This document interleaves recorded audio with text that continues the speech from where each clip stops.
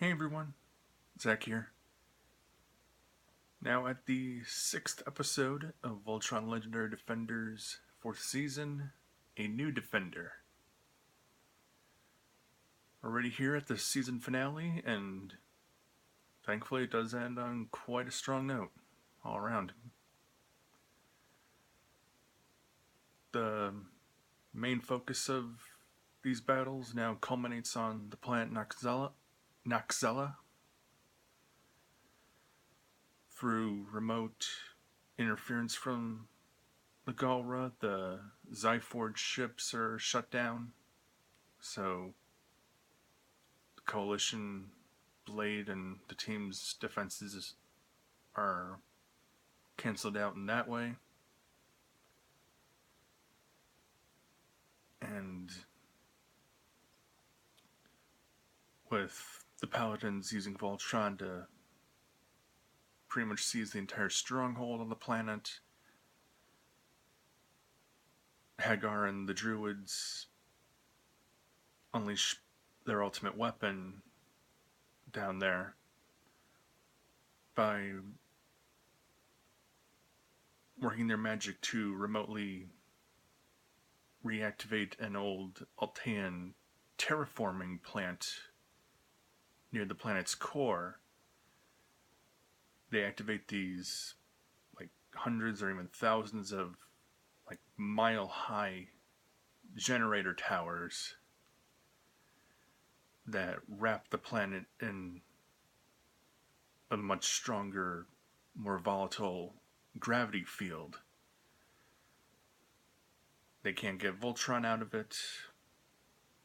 They have to leave and try to investigate it just on their own in their suits. And soon they find out with the planet's composition, the increased strain compounded by a concentrated blast from a Galra cruiser will turn the entire planet into quite simply a bomb, with not just destroying itself or even other planets in the system, but likely it with an interstellar blast radius. It could likely destroy Voltron, the Coalition's fleets, the Blade of Marmora. Not sure if I've seen or heard of quite that concept of a like planet destroying weapon before. There's been plenty of stuff like the Death Star, but turning the planet itself into a weapon is pretty intense. So they have to basically try to stop that from counting down to zero, metaphorically. On Lotor's side of things, once more, he's all alone now, no allies. Completely on the run from the Galra. His comrades, his lieutenants, as they were, tried to capture him and turn him over to Zarkon in hopes of getting pardoned, but he escaped and was basically just trying to elude everybody through deep space with his Syncline ship.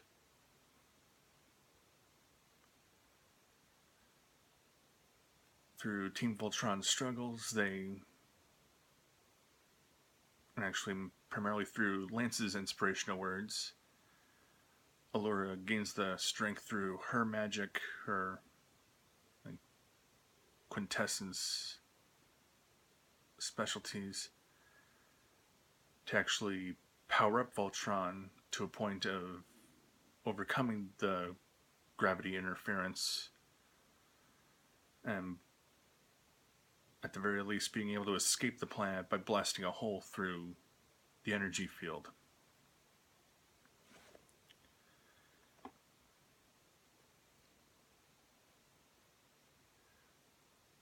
Also, really cool chase scene with Lotor. I forget exactly when this happened in the episode.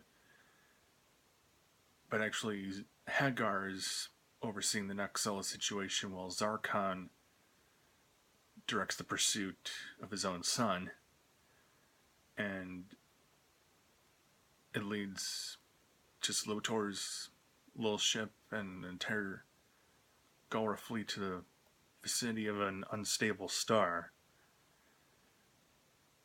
And Lotor actually tries to lose them in like a star's very atmosphere. Basically, I don't quite know like the astrophysics of it and stuff, but it's basically like an aerial chase and dogfight through a gigantic fire. The gravity and energy interference and stuff so strong that entire Galra cruisers, if not like navigated properly and stuff, can just crash and disintegrate. Lotor does manage to get out of there with some struggles first.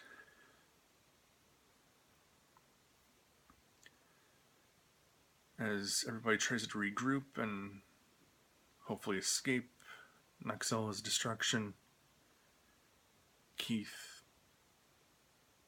wonders if he can at least make a sacrifice play to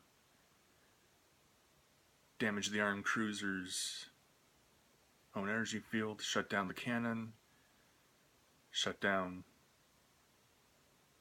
the planet's instability. But just as Keith is about to crash, Lotor uses his starship's weapons to destroy the energy cannon.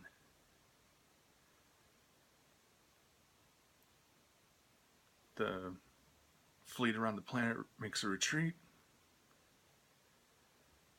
and Lotor opens up a message saying that we've had our differences in the past, but I like to discuss things with you.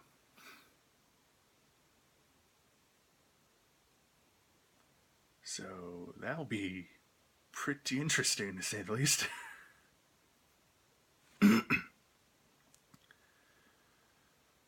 Overall, looking back on Season 4, it's still a lot of fun stories. Good balance and pacing throughout. And I haven't looked closely at behind the scenes information or anything. But even if it isn't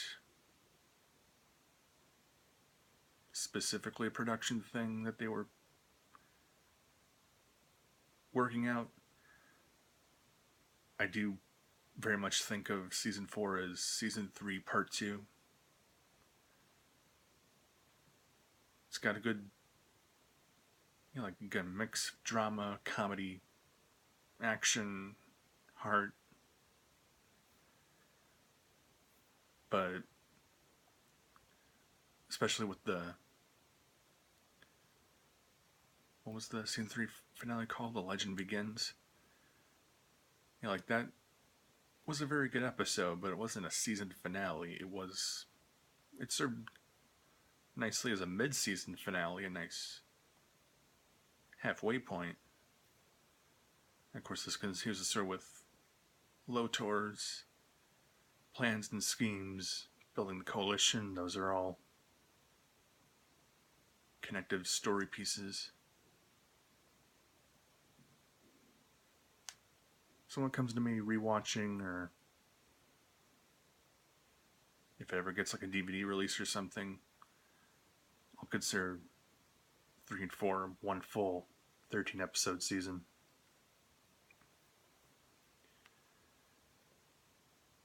Again, the animation is really impressive. 2D, 3D, characters, environments, machinery. Voice acting is, of course, still impressive all around. Like, all my praise towards Reunion as a Pidge-focused episode, a special shout out to Bex Taylor Klaus for voicing her. She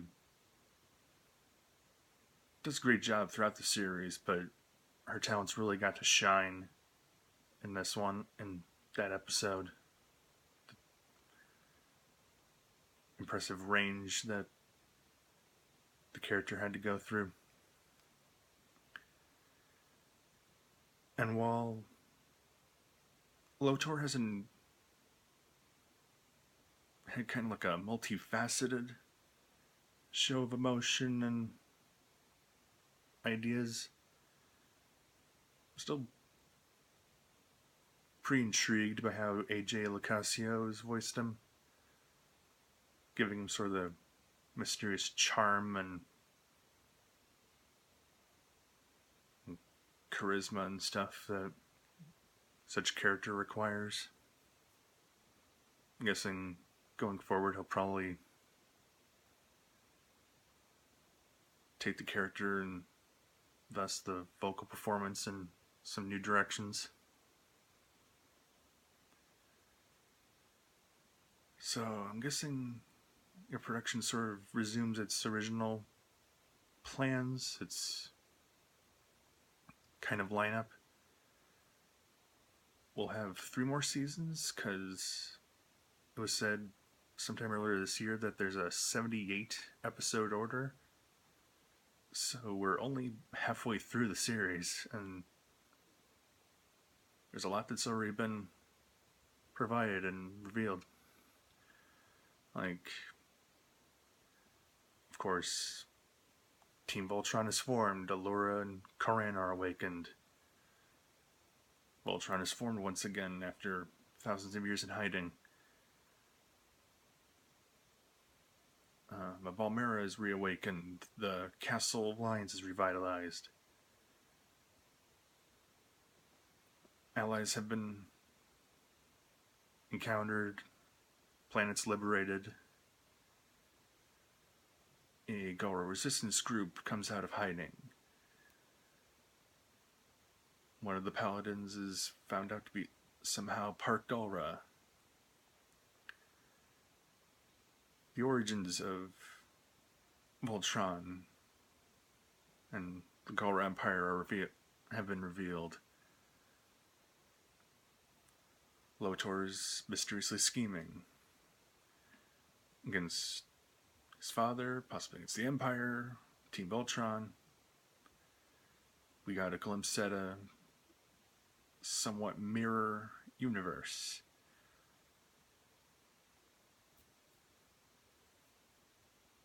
I've seen the whole show, but it's kind of hard to just recap it all.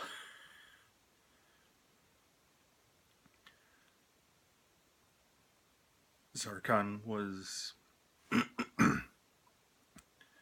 taken down for a while, but then brought back. The team has undergone some shuffling in their roster. They've gone shopping.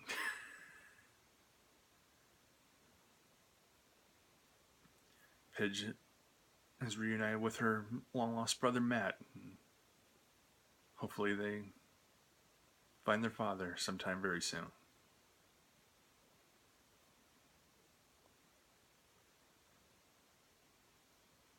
There's a massive and ever-growing Voltron coalition forming.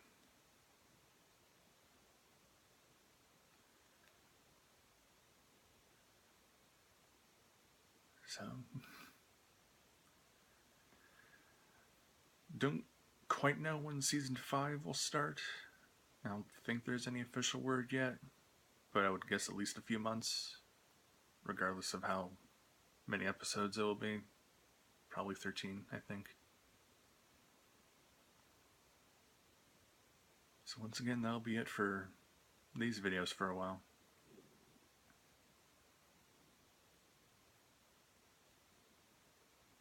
But when season 5 is released, I'll see you there in episode 38.